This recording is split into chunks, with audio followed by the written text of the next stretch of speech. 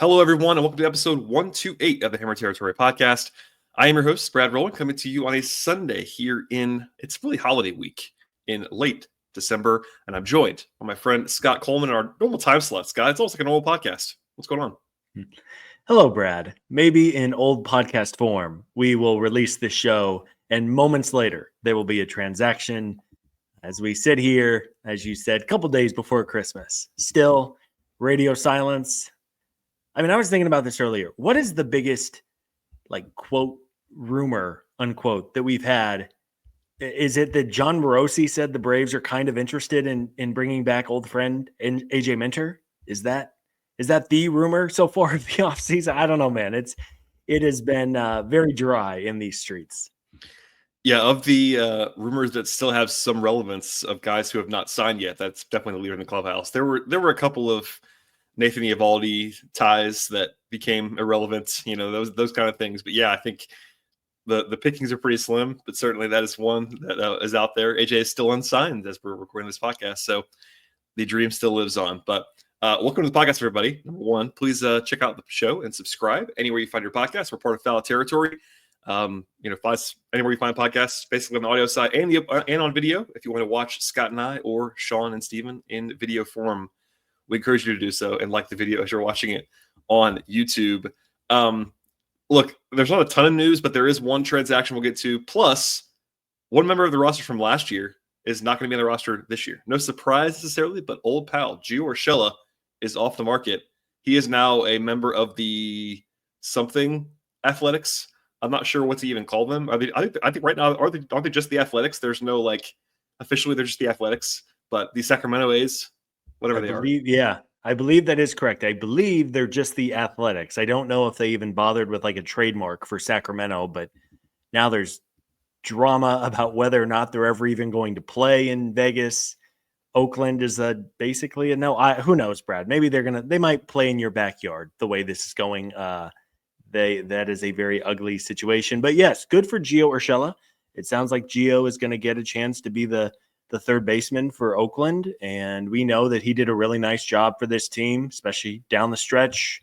Team was basically drawing dead without Austin Riley, and Urshela gave him a lot, not just offensively, but defensively too. So good for him. Just over $2 million. I think it can be $3 million if Gio hits some incentives. And I think we knew it'd be tough for him to come back to Atlanta, but good for him for landing on somewhere, and presumably he'll get a chance to play every day. Yeah, we didn't rule it out that he would come back, but certainly was not expected to come back by any means, and there wasn't a huge role for him in Atlanta no matter what. So, yeah, congrats to him. A good spot to kind of land for him in general. I think he is basically a super low-end starting caliber player, and Oakland is the super low-end, and that makes some sense for all parties. He can be a starter there, hopefully have a good season, get paid some, and we'll see what happens. The Braves did make, though, I believe this is correct, Scott, you can correct me if I'm wrong, their first move of the offseason that actually acquired a player on a major league contract. Am I right about this? I think I am. But they acquired a right-handed pitcher named Davis Daniel from the Angels in exchange for minor league lefty Mitch Ferris. This happened a couple days ago. Did we joke about emergency podcasts? Yes, we did. Were we actually going to do one for Davis Daniel? All due respect. No, we were not. But hey, here we are. And hey, they traded for a player that we don't. Honestly, I'll be honest with you, Scott, I'd never heard of in my life. But he's on a major league contract. So what's going on? What do we make of this? So Davis Daniel, I think for one, Alex Anthopoulos and Perry Manassian must have a contractual obligation to trade with each other, because it's been only a couple of years and it feels like we're good for at least a few moves every single calendar year. But, it is I think we'll say this. I think in terms of who Davis Daniel is, he is a 27-year-old journeyman at this point. He's made the major leagues. He made a couple of starts with the Angels last season. Interestingly enough, Davis Daniel actually threw 8 scoreless innings in the first start of his career this past summer. 8 scoreless with 8 strikeouts against a pretty hot Detroit Tigers team at the time. But then after that, he got blown up in basically every start. And for a 27-year-old journeyman, that's not a big surprise by any means. But I'm guessing that maybe a half dozen others in the organization right now, Davis Daniel, he's going to be in the mix. He could presumably fill in as like a fifth or sixth starter type. Maybe they put him in the bullpen to eat innings if they need that Jesse Chavez role. Or very crucially and importantly here, Davis Daniel has a minor league option, which puts him in play for Gwinnett. If I had to bet money, I would say that is where Davis will spend most of the year. But again, he's an arm. He's been at the major league level before, and we'll do our usual bit now that you need a whole bunch of pitchers to cover 162 regular season games. Yeah, and look, when I saw the deal come across, I honestly assumed he was a reliever, just because I hadn't heard of him and because of just what the market generally is. Like, a reliever I haven't heard of is more likely to be a real bullpen piece than a starter I've never heard of. If that makes sense. I'm not saying that I know everything about baseball, but that's just the math of it all. Like, there's some relievers around the league that have been pretty good that I just don't know anything about. Sure. And I just will be honest about that. But he's a starter by all accounts. Like, maybe they see something in him that they like, but he's been a starter basically across the board. 90% of his minor league appearances or more as a starter. In the majors, he's been a starter for the most part. The profile of his offerings that we can see from the stats, from StatCast, from the numbers, is basically starter-like. He doesn't throw hard, for instance. Like, he sits in the low 90s. He's not a guy who is going to blow you away. He does have some good breaking stuff by all accounts. Like, he's on some prospect lists dating back, even though he's not a prospect age anymore. He's 27 years old, but he was not like a total non-prospect. He's been on the radar for Fangraphs and Pipeline. Like, he's been on some of these lists last couple of years. But yeah, I think that certainly having a minor league option is huge. I kind of doubt they make this trade if he doesn't have a minor league option, to be honest. And you put him in the mix with all those names that we always throw out there. He's not as talented as the Waldrop, Smith, Shawver guys, but in that next tier down, where he might be your 8th, 9th, 10th guy in the organization for next year. And you said it already, but you need 12, 13 guys over the course of the season. And maybe he's this year's version of Alan Winans or whatever. Like, maybe that's kind of the level that I'm seeing based on what I've been able to find from his profile that we can see. Yeah, I think he's kind of profiles more of that innings eater type. And with a lot of offseason to go, we don't know who's going to get moved in and out of the organization. Maybe the Braves swing a deal or two and Bryce Elder gets moved, or Alan Winans gets moved, or AJ Smith-Shawver or Ian Anderson, or one of these types who are at the moment going to be in the mix to make starts for the Braves at some point next year, even if they are not super encouraging options. You always need depth. Gwinnett needs starters, and you can blink and all of a sudden you are in search of somebody to make a start on a Wednesday afternoon against the Marlins on getaway day. And if you got to hand the ball to Davis Daniel, then you do it and you cross your fingers and hope for 5 innings. But that's kind of, I think, the big takeaway is it's a depth piece. He has a minor league option, and who knows, maybe at some point this regular season, we will do one of our podcasts and talk about him making a start. But I'm going to guess, again, unless you go to a lot of Gwinnett Striper games, you're probably going to see very little of him in Atlanta. Yeah, I think I would. Maybe there's a fun over-under of will he make a major league start or not with the Braves. I think I actually might say yes at this moment, only because I am, just to stay with our bit of how many guys make starts, I think I probably would say yes, but it might be exactly one. For instance, like, it might be one of those, like, we don't see it coming, somebody gets banged up, they need another arm that's available that day. Like, it's half the time it's about who stretched out in that moment when you have an injury that's like lined up. That's how you get to some guys that you never would have maybe gotten to before. So okay, Scott, over 0.5 starts for Davis Daniel. I will take the over. I can already hear the crazy outrage when Chris Sale or Ronaldo Lopez are set to make an afternoon start, and the Braves have an off day the next day, and someone goes, gee, we could give Chris Sale 48 hours off if we have Davis Daniel make a spot start today. Let's do it. And of course, then the internet gets set on fire and the Braves lose what they probably should have won in a baseball game. And then we talk about it. But over under half of a start. Yeah, I'll say he makes hopefully not more than one, Brad. I don't know. There are stories of guys in like their late 20s getting a chance and finally breaking through. But I'm not banking on that by any means. Right, and not to reiterate it too much, but I don't think that he is necessarily the profile of guy that Alex does tend to look at sometimes of like an upside play. He doesn't really have – it's not an upside play, I don't think. I think it's like – I'm sure they see something they like in him. They've on the profile. I would imagine it's probably the breaking stuff. Like his curve and his slider have good numbers, for instance. But his velocity as a starter, like I don't really think that's a huge upside swing for them, especially at this age. But maybe they just have maybe a little tweak here, a little tweak there, or maybe they think he's going to be somehow going to be a good reliever. Like he's a scream reliever to me, but that's an option too. So also they didn't trade much of anything. Mitch Ferris is a name that I recognize from the Brave system, a 14th round pick from 2023, but he was not in the battery power top 30, which is not gospel, but I tend to trust those guys pretty well on the system. Pretty fringy prospect, like not someone who I'm going to shed a tear about trading in December. So all in all, it's a transaction, Scott. We covered it. It is a transaction. God, let us hope there are bigger transactions around the corner. But yes, we would be remiss to not at least talk about it because he is on the 40-man roster. And I think you're right that they have not added a guaranteed contract, if you will, a player who has to be on the 40-man. Yeah, so we'll see. Maybe at some point, Davis Daniel, World Series hero for the 2025 Atlanta Braves. We will sing about him the way we sing about Tyler Matzik and Eddie Rosario.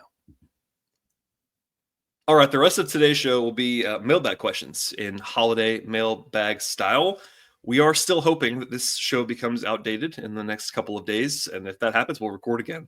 But here we are, mailbag. A couple of player-specific questions, like trade target questions, which we don't do a ton of. But the first one we got was actually about Jesus Sanchez from the Marlins. Backstory there is that the Marlins have been seemingly selling even more than even usual recently. They've traded some guys in the last couple of days. I would say headlined by Luzardo to Philadelphia on Sunday. The Marlins are always doing this, I guess. But what do you make of Jesus Sanchez as a potential target in the outfield as, someone that people keep asking about? Yeah, so it's pretty clear that the Marlins are going to do a rebuild of some kind. You mentioned Jesus Luzardo was traded to Philadelphia. Jake Berger, who just tormented the Braves last year. Mm-hmm. Jake Berger has been traded away as well. So, I mean, the Marlins are not going to be Chicago White Sox bad, but they might lose like 110 games next year, Brad. And they're going to be very bad in a really good NL East. But to get back to Jesus Sanchez, an interesting player. He's 27 years old. He has 3 years of arbitration to go, so he's cheap and cost effective. Now, on the whole, Jesus Sanchez has a 99 career WRC plus, which is very average. Nobody is going to get super excited about a 27-year-old with a 99 WRC plus, but he hits the baseball very hard, and he has been a big-time underperformer of what his expected metrics say he should have done. Those are two things that Alex Anthopoulos and the front office have looked for in the past with players. On the surface, guys who maybe aren't great or don't have big-time production, but there are things in Sanchez's profile that would lead me to believe that I'm guessing that his name has come up at some point this winter as the Braves try to figure out who they are going to add for left field. So an interesting name nonetheless, and if Miami is willing to trade him, I don't think they have any objection to trading within the division because obviously they just traded Luzardo to Philadelphia. Jesus Sanchez is an interesting enough name for a couple of reasons for me, a player who I could see the Braves being interested in if maybe they strike out on other options in the outfield. Yeah, I wish he was the opposite profile, like to where he would fit with Kelenic, for example, but he and Kelenic both hit righties much better than lefties, which makes that pairing together not exactly ideal. But yeah, I could definitely see the Braves liking Sanchez. And I checked while you were talking. The Marlins are currently projected as the third worst team in baseball in the betting market, ahead of only the White Sox and the Rockies. So that kind of tells you where they are not going to be good, and if they're going to sell even further, it's not a bad idea. I don't mind this. I think that he is better than they could do in some spots in the corner with other guys.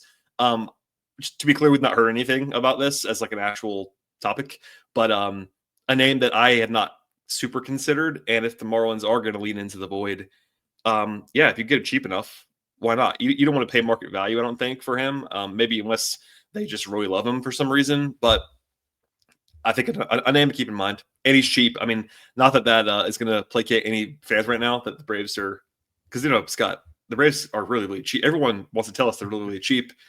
I believe they finished 5th last year in payroll officially this week that was squared away by baseball. So the fifth largest payroll in baseball, super cheap. Just saying. Yeah. I know it's a never-ending battle. Payroll and the Atlanta Braves and their fans, name a better argument. Never-ending, never-dying argument between That's those. right. But I guess to put a bow on Sanchez, again, as you said, it's not like this has been heavily rumored or anything, but right. It was conjecture and we got a question about it. But just to give you a quick breakdown as to why I'm interested, Sanchez last season had a 118 WRC plus against right-handed pitching, which is quite good. Against lefties, he had a 35 WRC plus. So you literally can never have him face a left-handed pitcher. But I think something that this podcast has been banging the table on for a long time, the Braves need to have more capable left-handed hitters in the lineup. They need to be able to play matchups better because that's something that really comes into play in the postseason. You think about the Braves' offensive woes the last couple of years, they have almost exclusively seen right-handed pitching in the playoffs, and they have done nothing against it. I mean, full stop. They have been flat out terrible offensively 3 years in a row now. I'm not saying Jesus Sanchez is Barry Bonds and he's going to carry this team deep into the playoffs, but he's an interesting name. He's a cheap player or a cheap enough player. And if you could add him as a left-handed power bat in the middle of your order, you're also getting him out of Miami, which is just awful at developing hitting talent, whereas the Braves are usually quite good. So he's an interesting name. And again, if we could peek into Alex's office and look at all the names on their whiteboard in the corner, I would guess that Sanchez is on there somewhere. He may be like a fifth or a sixth option, but again, an interesting player and someone who does some things the Braves could really use. Yeah, and looking at his profile, he did have what I would call a legitimate batted ball profile breakout last year. Like it didn't show up in the actual numbers as far as OPS was concerned, but his batted ball data was really good last season. And a guy that Alex does like those kind of guys, where he's like, hey, this guy hasn't quite popped yet, but there's reasons under the surface to say that he might. Just could be interesting, an interesting fit. And you're right. I mean, I can hear our colleague Stephen Tolbert talking about the need for a righty masher, so a left-handed guy who can smash right-handed pitching, and perhaps that's Jesus Sanchez. So we will see. All right, Scott. Similarly, more of a general question than a mailbag question, but people keep asking about Bo Bichette, who we've mentioned on the show, I think, at some point in our myriad shortstop discussions over the last, I don't even want to say how long. It's been a long time. We've talked about shortstop as an upgrade point. But our colleague from Foul Territory, Ken Rosenthal, talked about Bichette being available, quote, at a high price this week in trade. My response, and I just saw that I wrote this down. I forgot about this. A high price is relative, Scott. A high price is different for other people, for certain people. So if it actually is a super high price for, is it 1 year of control? Yeah, 1 year of control on Bo Bichette. That would be kind of a tough sell for 1 year of control. But if it's more of a modest price, or look, he's not going to be free. I'll say that right now. But Bo Bichette is extremely talented. So what do you make of this potential link? And again, not a rumor for the Braves yet, but a guy that is at a position of need, we'll say. So I think with Bo Bichette, and we talked about him a bit during the middle of the season, just before the trade deadline, but you would be buying low on a talented player.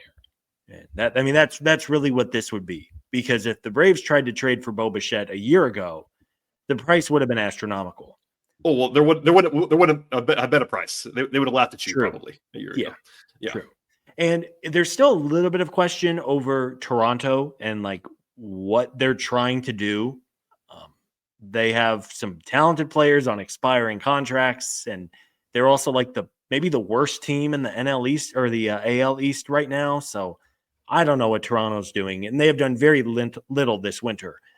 But, Bichette, from basically his debut in 2019 up through 2023, he was like a top 5 offensive shortstop, a 128 WRC plus, which is very good.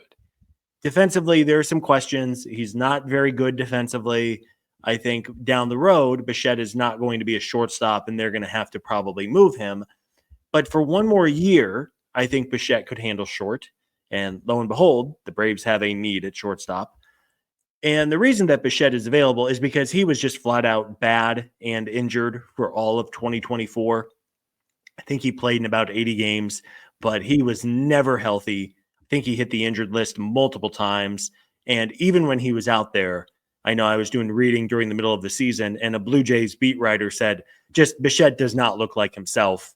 He's not driving the ball. He looks very slow in the field. Like, he was clearly just not healthy and trying to play through it.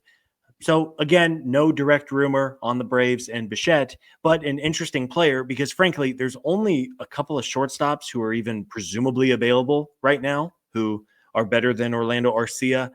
And Bichette in some ways is kind of like I could see the Braves going out and trying to buy low, strike gold the way they kind of struck gold on a Josh Donaldson, for example, a 1-year deal. And then you probably shake hands and say, thanks so much.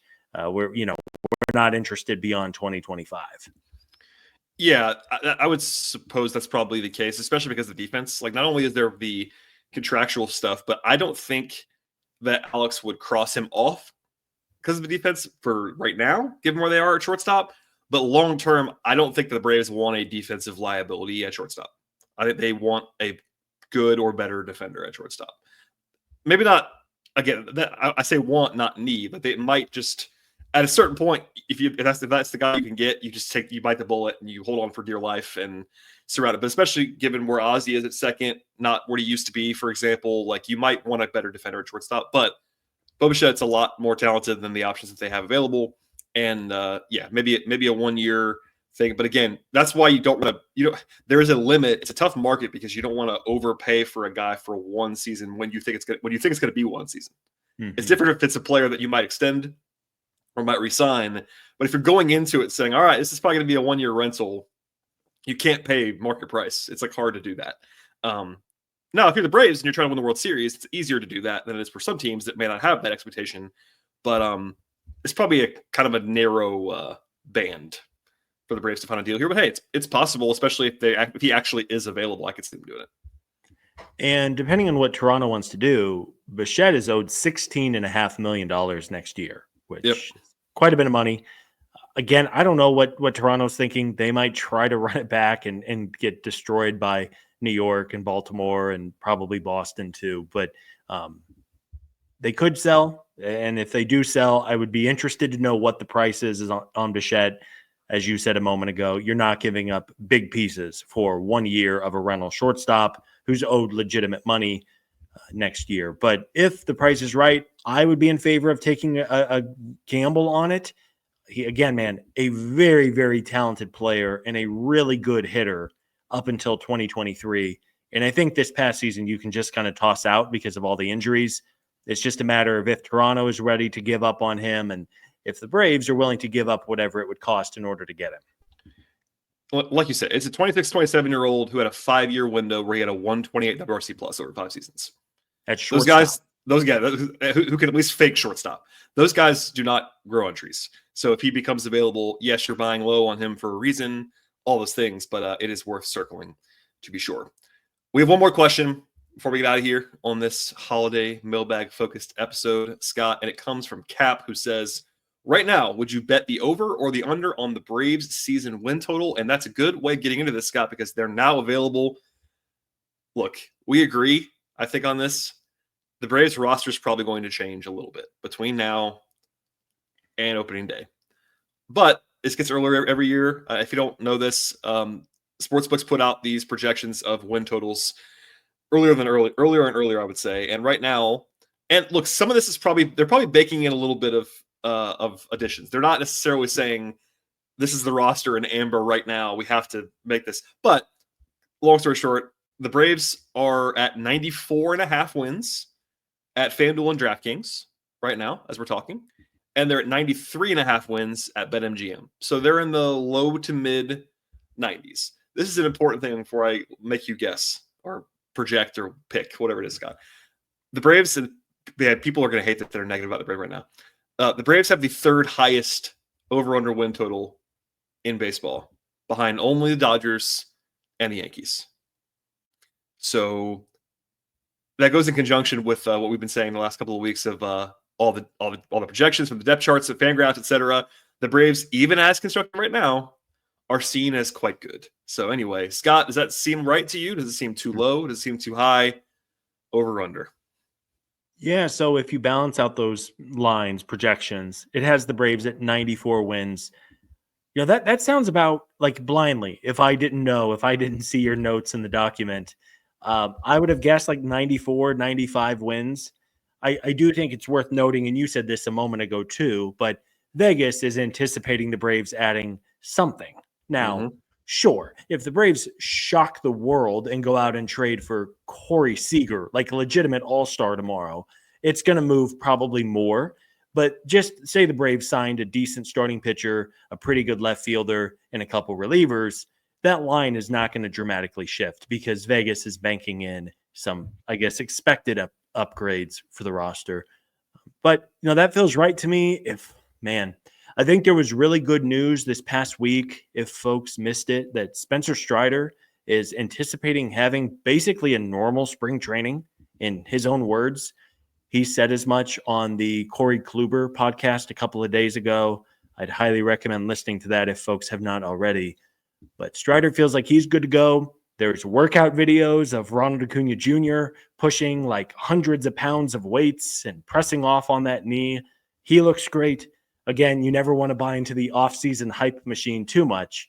But if I had to bet it today at 93.5, 94.5, I would take the over. With the caveat that A, a lot rests on those two players indeed being healthy, and B, the NL East is going to be ridiculously good next year. The Phillies and the Mets, I would guess, are probably top 5, top 6 in wins, and the Washington Nationals too, or like a sneaky put them in the American League Central. That might be like an 80-win team. I don't think they're going to be that good next year, but I think the Nationals are not going to be a pushover by any means. It's going to be a tough division for sure, and that obviously plays a factor into how many wins the Braves can rack up.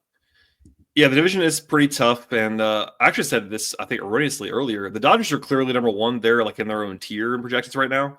But after that, the Braves and Yankees basically have the same projection in the sports books at 2 and 3, and then there's this small gap, and then the Mets and Phillies are essentially tied at 4 and 5. So like that's 3 of the top 5 teams in baseball by the betting market right now in the National League East. The Nats should be okay, et cetera, et cetera. So, yeah, I have both called for. I think we all understand the Braves need to do some stuff. We're not saying that they don't. I also have said, and would say again right now, if the Braves didn't do anything else, we would be mad about that and express that. But I would still turn around and say this is a good baseball team, even right now. And they have clear flaws right now, but even right now, I think they would probably win. If you just mandated, if Rob Manfred said, all right, Braves, you can't make another transaction. You're not allowed for whatever reason. Everybody else can, but you can't.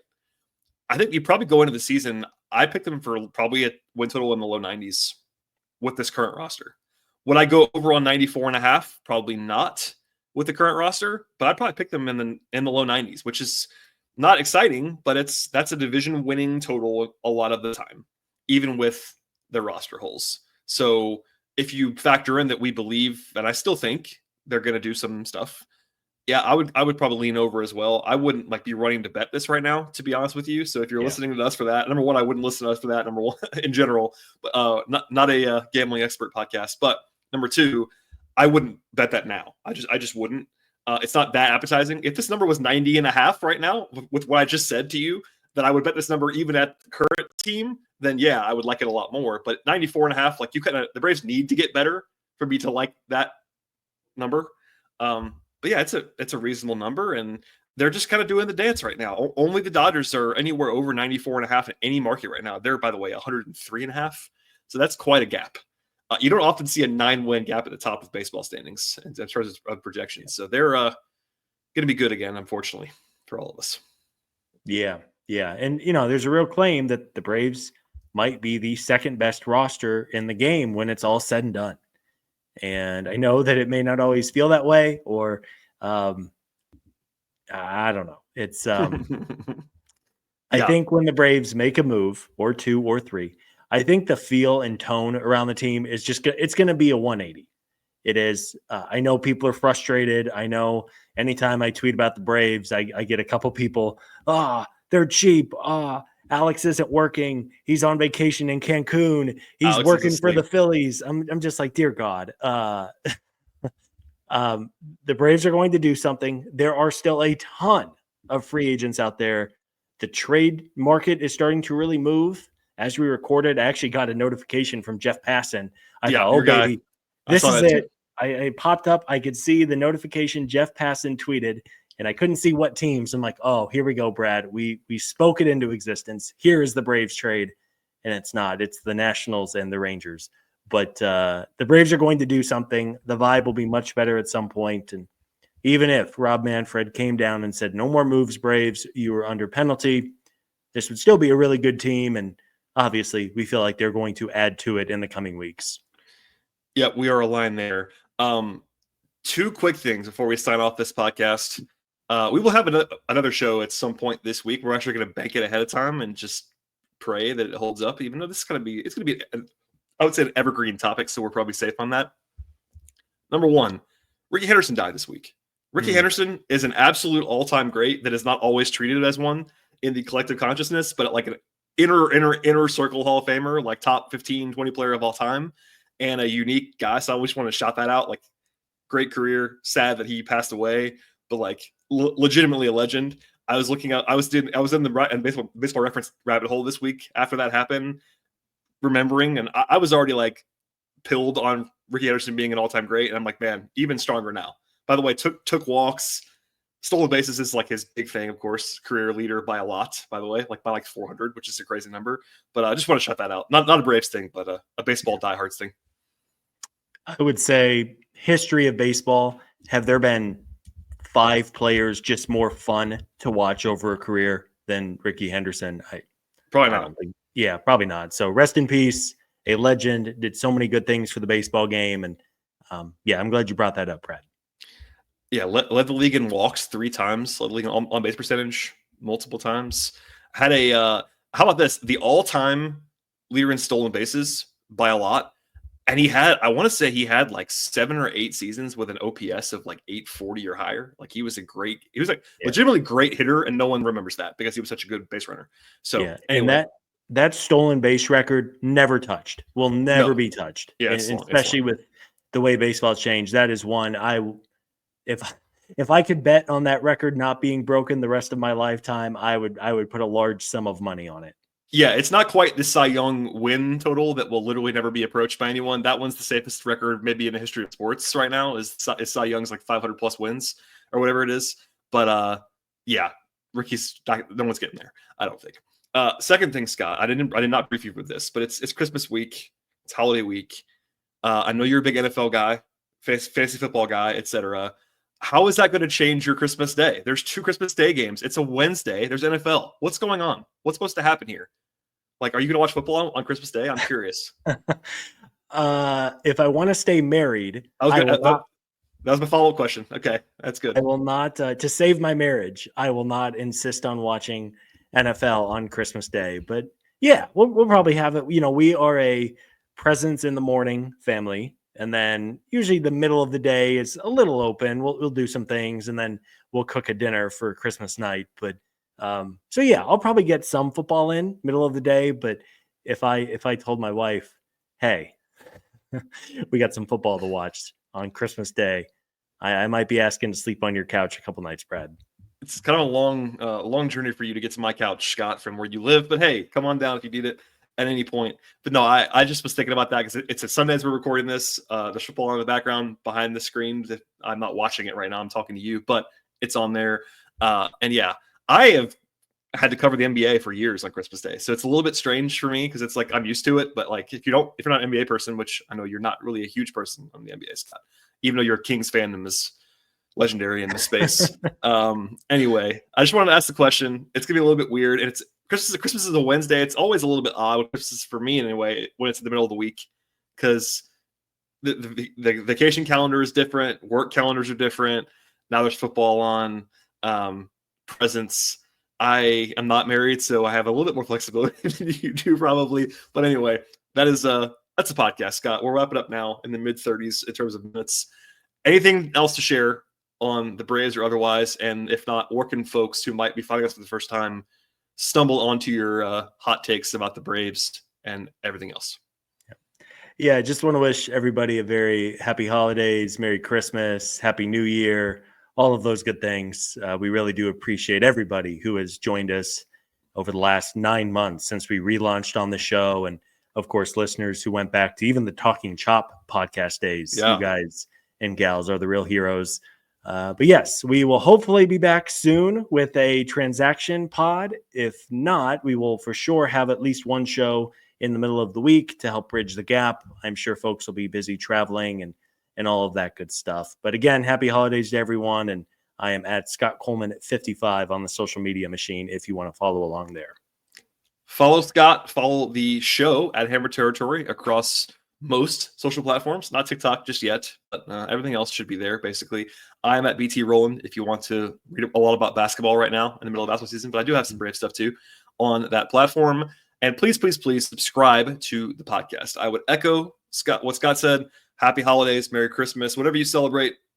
Enjoy the time with your family, all that stuff. Happy New Year. We will have one more episode for sure that we're literally about to record right now that we'll bank for later this week for your travels. Look, I know this is not a new invention for podcasts, but people are driving a lot this week. People are flying a lot this week. I always want to have podcast content I can listen to when I'm on the road. So we'll give you at least one more, but stay tuned. We'll have, if the Braves do something crazy this week, we will try our best to get you a podcast as fast as possible. So stay tuned, subscribe on Apple and on Spotify, on YouTube, etc. We appreciate everyone listening to the podcast this show and also this year in general, and since we relaunched the podcast. So stay tuned. Happy holidays, Merry Christmas, and we'll see you all next time.